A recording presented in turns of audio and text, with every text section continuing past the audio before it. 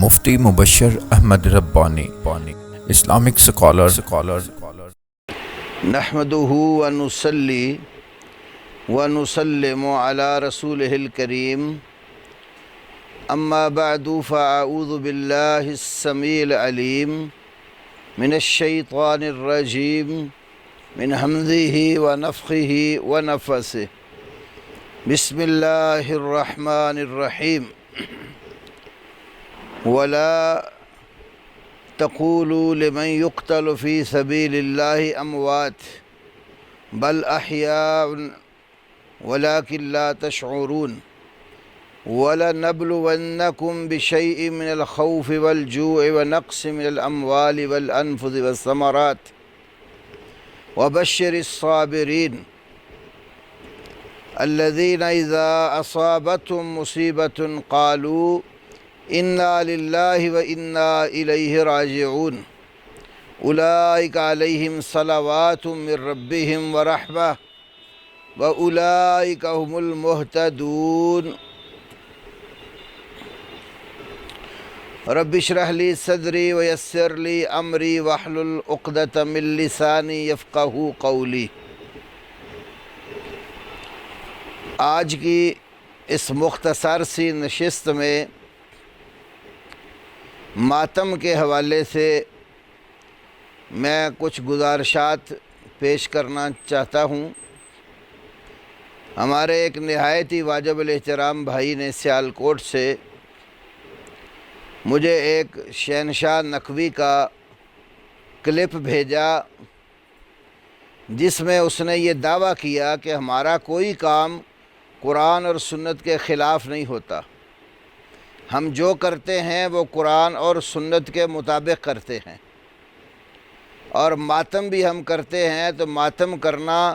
یہ رسول اللہ صلی اللہ علیہ وسلم کی سنت ہے۔ اور پھر کہا کہ اہل سنت کی کتابوں کے اندر بھی ماتم کا ثبوت موجود ہے، یہ پتہ نہیں یہ کتابیں کیوں نہیں پڑھتے۔ اور پھر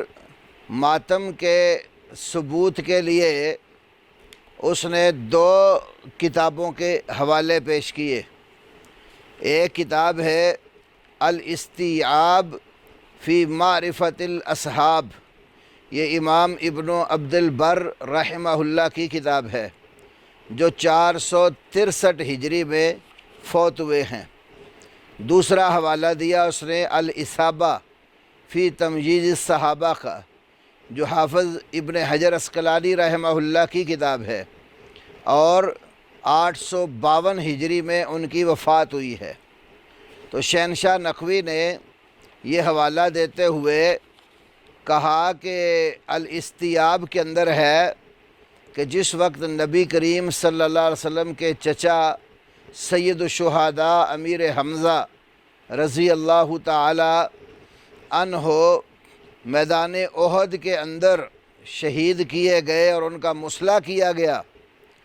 تو رسول اللہ صلی اللہ علیہ وسلم نے اپنے چچا کے حوالے سے کہا کہ تم سب چھوڑ کر میرے چچا کا ماتم کرو۔ اور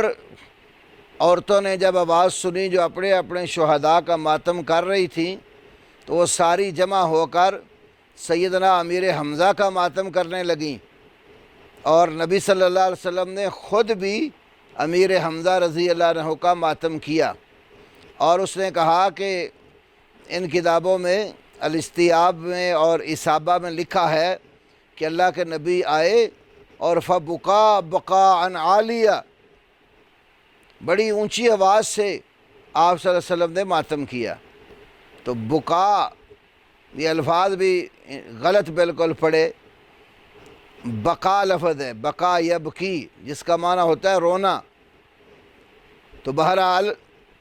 یہ جو کہا کہ بکاء عالیہ،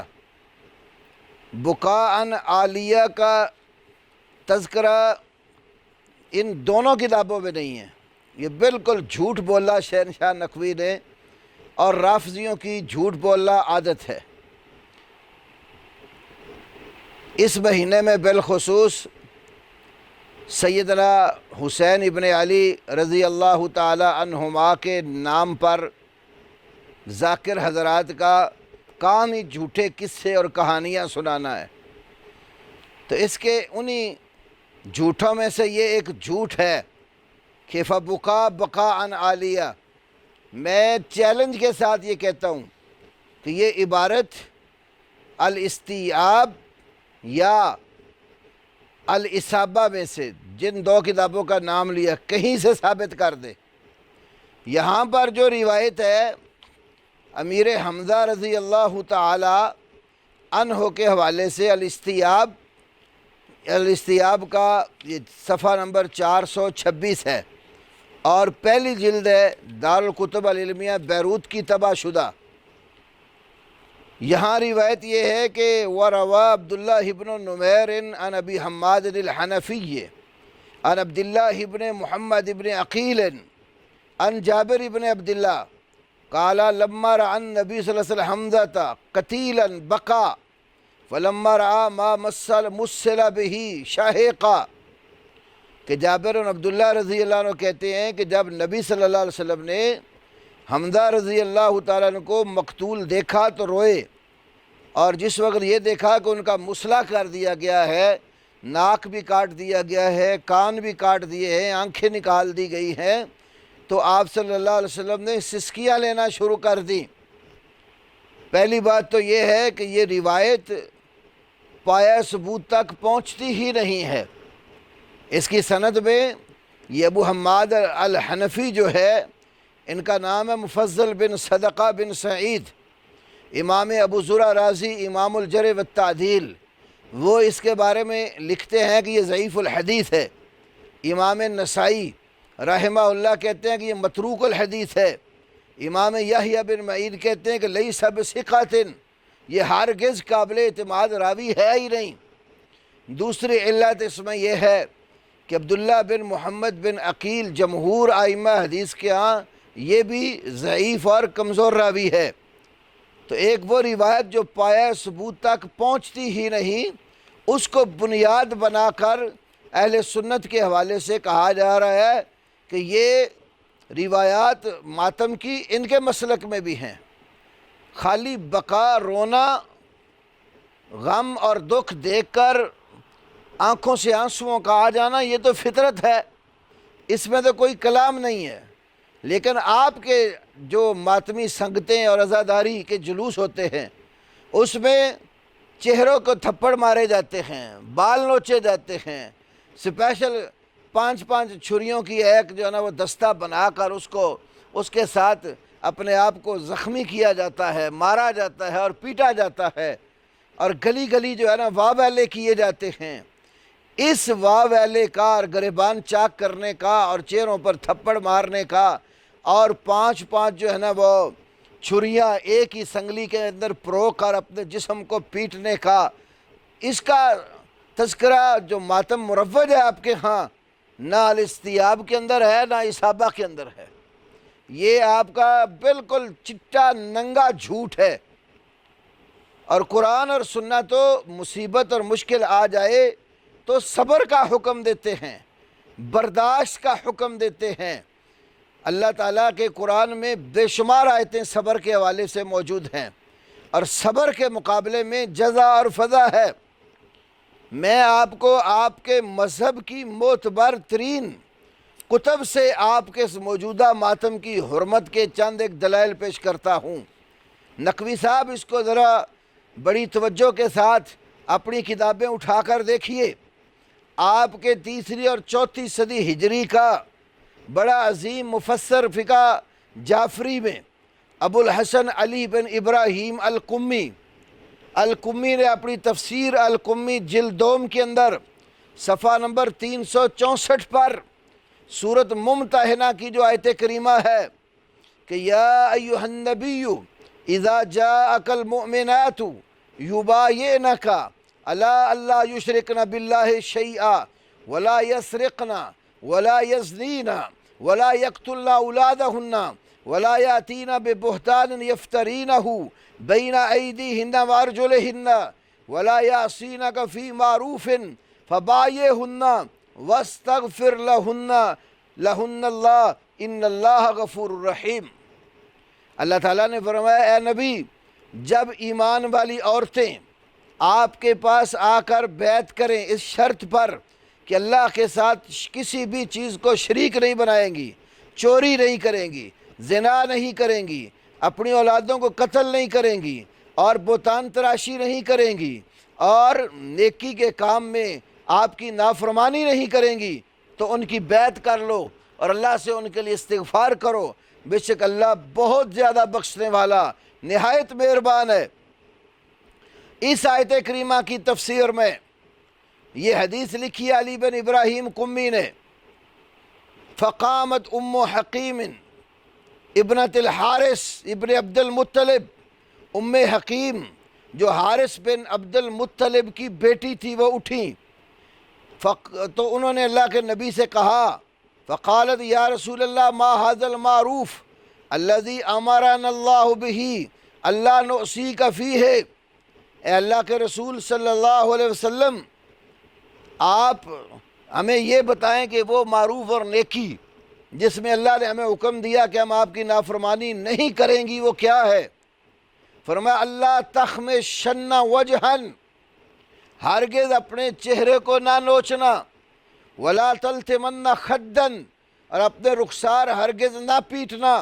ولا تنتفن شعرن، اور ہرگز اپنے بال نہ نوچنا اکھاڑنا، ولا تمزقن جیبن، اور کسی صورت میں بھی گریبان چاک نہ کرنا، ولا تسودن ثوبا، اور ہرگز اپنے کپڑوں کو سیاہ کالا نہ کرنا، ولا تدعون بالویل والصبور، اور ہائے وائے اور ہلاکت اور تباہی والے کلمات کے ساتھ واہ ویلے نہ کرنا، ولا تقیمن عند قبر، اور ہرگز کسی قبر کے پاس بھی جا کر کھڑے مت ہونا۔ فبایعہن رسول اللہ صلی اللہ علیہ وسلم شروط، تو اللہ کے رسول صلی اللہ علیہ وسلم نے ان شرائط پر اس کی بیعت کر لی، عورتوں کی بیعت کی۔ تو آپ کی تفسیر قمی جو ہے یہ بتا رہی ہے کہ نبی کریم صلی اللہ علیہ وسلم نے عورتوں سے بیعت لیتے وقت ان کو ماتم سے اور گریبان چاک کرنے سے اور بال کھسوٹنے سے اور چہرے کے اوپر تھپڑ مارنے سے اور نوحہ گھری اور واہ ویلے کرنے سے منع فرمایا ہے۔ یہ دوسرا حوالہ تمہارے مذہب کی بڑی قرآن کی مقبول ترین تفسیر اور ترجمہ مولوی مقبول دہلوی کا، جو Nizami press book depot Victoria street Lucknow Hindustan سے طبع ہوا، صفحہ نمبر 1080 ہے۔ یہی حدیث اس نے یہاں لکھی ہے، کہتا ہے کہ یہ پوری آیت نازل اللہ نے فرمائی یا ایھا النبی، اس وقت ہند نے تو یہ کہا کہ ہم نے اپنے بچوں کو جب کہ وہ چھوٹے چھوٹے تھے پرورش کیا، اور جب وہ بڑے ہوئے تو اپنے ہاتھ سے قتل کر ڈالا، اور ام الحکم بنت حارث بن ہشام نے جو اکرمہ بن ابی جہل کے نکاح میں تھی یہ عرض کی وہ نیکی جس کے بارے میں خدا تعالیٰ نے حکم دیا ہے کہ ہم اس میں آپ کی نافرمانی نہ کریں وہ کیا ہے؟ فرمایا وہ یہ ہے کہ تم اپنے رخساروں پر تماچے نہ مارو، اپنے منہ نہ نوچو، اپنے بال نہ کھسوٹو، اپنے گریبان چاک نہ کرو، اپنے کپڑے کالے نہ رنگو، اور ہائے وائے کر کے نہ رو۔ پس آن رسول صلی اللہ علیہ وسلم نے انہوں باتوں پر جو آیت و حدیث میں مذکور ہے بیعت لینی چاہیے۔ تو مولوی مقبول دہلوی صاحب نے بھی یہ حدیث نقل کر کے اپنے ترجمہ قرآن اور تفسیر میں یہ بات بڑی واضح کر دی کہ نبی صلی اللہ علیہ وسلم نے منع فرمایا ہے اس ماتم سے جو آپ لوگ کرتے ہیں، اور یہی بات ہم اہل سنت و اہل الحدیث کی کتابوں میں بھی ہے۔ صحیح بخاری میں عبداللہ ابن مسعود رضی اللہ تعالی عنہ سے حدیث مروی ہے، اللہ کے رسول صلی اللہ علیہ وسلم نے فرمایا لیس منا من لطم الخدود وشق الجیوب ودعا بدعوی الجاہلیہ، کہ وہ بندہ ہم میں سے نہیں ہے جس نے اپنے چہرے کو تھپڑ مارے اور اپنا گریبان چاک کیا، ودعا بدعوی الجاہلیہ، اور جاہلیت کے واہ ویلوں کی طرح واہ ویلا کیا۔ آئیے میں آپ کے مذہب کا ایک تیسرا حوالہ پیش کرتا ہوں، آپ کے مذہب کی معروف ترین کتاب ابو جعفر محمد بن یعقوب الکلینی کی جو 328 اور 29 ہجری کے درمیان میں فوت ہوا، یہ کتاب الفروع من الکافی میرے ہاتھ میں ہے، اور اس کتاب کے اندر یہ تیسری جلد ہے، کتاب الجنائز۔ کتاب الجنائز میں پورا باب ہے، باب الصبر والجزع والاسترجاع، صبر کرنا اور جزا فضا کرنا اور انا للہ و انا الیہ راجعون کے کلمات کہنا۔ امام ابو جعفر جو امام محمد باقر رحمہ اللہ ہیں، ابو جعفر محمد باقر سے حضرت جابر یہ بات بیان کر رہے ہیں۔ جابر جوفی ہیں، ان کے ہاں بڑے مشہور کذاب راوی ہیں، لیکن وہ شیعہ کے ہاں بڑا مقبول ہے۔ تو کہتے ہیں میں نے امام محمد باقر سے کہا مل جزع، یہ جزا کیا ہے؟ جزا قرآن میں صبر کے مقابلے میں لفظ آیا ہے، اصبرنا ام جزعنا، ہم صبر سے کام لیں یا بے صبری کا مظاہرہ کریں؟ قال شد الجزع الصراخ بالویل والعویل، سب سے سخت ترین جزا وہ چیخ و پکار کرنا ہے، وَلَتَمُ الْوَجْهِ، چہرے پہ تھپڑ مارنے ہیں، وَالصَّدْر، اور سینہ پیٹنا ہے، وَجَزُّ الشَّعْرِ، بال اکھاڑنے ہیں، من النواسی، ماتھے کی یہ پیشانی جو اگلا حصہ اس سے، وَمَنْ أَقَامَ النَّوَاحَةَ، اور جس نے نوحہ گری کو قائم کیا، فقط ترک الصبر، تو اس نے صبر کو چھوڑا۔ معلوم ہوا کہ نوحہ کرنا، بال کھسوٹنا، تھپڑ مارنا، سینہ پیٹنا، یہ نوحہ خانی اور صبر کے بالکل خلاف ہے، نوحہ خانی ہے، اور صبر کو ترک کرنا ہے۔ اور قرآن اور سنت نے تو نقوی صاحب صبر کا حکم دیے، تمہاری کافی بتا رہی ہے کہ نوحہ خانیاں کرنا اور بال کھینچنا اور سینے پیٹنا اور چہروں پر تھپڑ مارنا یہ سارا صبر کے خلاف ہے، اور قرآن اور سنت صبر کا درس دیتے ہیں۔ کہاں تمہارا ماتم کتاب و سنت کے اندر؟ اسی طرح امام جعفر صادق رحمہ اللہ سے یہاں ایک روایت نقل ہوئی ہے، امام جعفر صادق کہتے ہیں ان الصبر والبلاء یستبقان الی المومن، صبر اور آزمائش یہ دونوں مومن کی طرف آتی ہیں، فیاتیہ البلاء وہو صبور، پھر جب یہ بلا، آزمائش، مصیبت مومن پر آتی ہے وہ بہت زیادہ صبر کرنے والا ہوتا ہے۔ وَإِنَّ الْجَزَعَ وَالْبَلَاءَ يَسْتَبِقَانِ إِلَى الْكَافِرِ، جزا فضا اور مصیبت، مشکل جب کافر کی طرف، یستبقان الی الکافر، یہ جزا اور بلا دونوں جب کافر کے پاس آتی ہیں، فہو جزوع، تو کافر پھر جزا فضا کرتا ہے، وہ صبر نہیں کرتا۔ معلوم ہوا اس طرح کے ماتم کرنے والا یہ مسلمانوں کا کام نہیں ہے، کافروں کا کام ہے، اور یہ آپ کی کافی کے اندر لکھا ہے۔ اور اسی طرح آپ کی دوسری کتاب ملا یعذر الفقیہ جلد نمبر 1 صفحہ 113 پر، اور باقر مجلسی نے مرآۃ العقول جلد نمبر 14 صفحہ 183 پر اس کو حسن درجے کی حدیث کہا ہے، اور کہا حسن بھی صحیح کی طرح ہوتی ہے، حسن کالصحیح ہے۔ اور امام جعفر صادق نبی کریم صلی اللہ علیہ وسلم سے بیان کرتے ہیں، فقہ جعفری میں تو امام معصوم جو بات بھی ان کا کرے وہ بالکل ایگزیکٹ صحیح ہوتی ہے، کیونکہ معصوم الخطا مانتے ہیں اپنے اماموں کو۔ امام ابو عبداللہ جعفر صادق کہتے ہیں قال رسول اللہ صلی اللہ علیہ وسلم، رسول اللہ صلی اللہ علیہ وسلم نے فرمایا ضرب المسلم یدہ علی فخذہ عند المصیبت احباط لاجرہ، مشکل اور مصیبت کے وقت مسلمان کا اپنے ہاتھوں کو اپنی رانوں کے اوپر مارنا اور پیٹنا جو ہے، احباط لاجرہ، یہ عمل اس کے اجر کو برباد کر دیتا ہے۔ تو یہ اور اس طرح کی کئی ایک روایات موجود ہیں جو آپ کی کافی کے اندر کتاب الجنائز میں ہیں، اور سب حرمت ماتم کے اوپر دلیل ہے، اور یہ کافی آپ کی مسلمانوں کا یہ کام نہیں بتا رہی، کافروں کا عمل بتا رہی ہے۔ اسی طرح 8ویں نمبر پر روایت یہاں پر ایک درج کی، امام جعفر صادق فرماتے ہیں لا ينبغی السیاح علی المیت ولا شق الثیاب، میت کے اوپر چیخو پکار کرنا اور کپڑوں کو پھاڑنا یہ بالکل جائز نہیں ہے۔ اللہ اکبر۔ اسی طرح میں ایک اور حوالہ آپ کے گوش گزار کرتا ہوں، وہ بھی آپ کے مذہب کی معتبر ترین کتاب سے۔ یہ میرے ہاتھ میں کتاب ہے لوائج الاشجان فی مقتل الحسین، یہ ان کا علامہ مجاہد الکبیر الحجہ سید محسن الامین العاملی کی۔ اس کتاب کا صفحہ نمبر 103 ہے۔ سیدنا حسین رضی اللہ تعالی عنہ کربلا کے میدان میں اپنی بہن زینب بنت فاطمہ رضی اللہ تعالی عنہا کو کہتے ہیں، اور بھی اپنی بہن ام کلثوم وغیرہ کو مخاطب ہو کر کہا یا اختہ یا ام کلثوم وانت یا زینب وانت یا فاطمہ وانت یا رباب، عورتوں کو خطاب کیا ہے میری بہن اے ام کلثوم، اور تو اے زینب اے فاطمہ اے رباب، انظرنا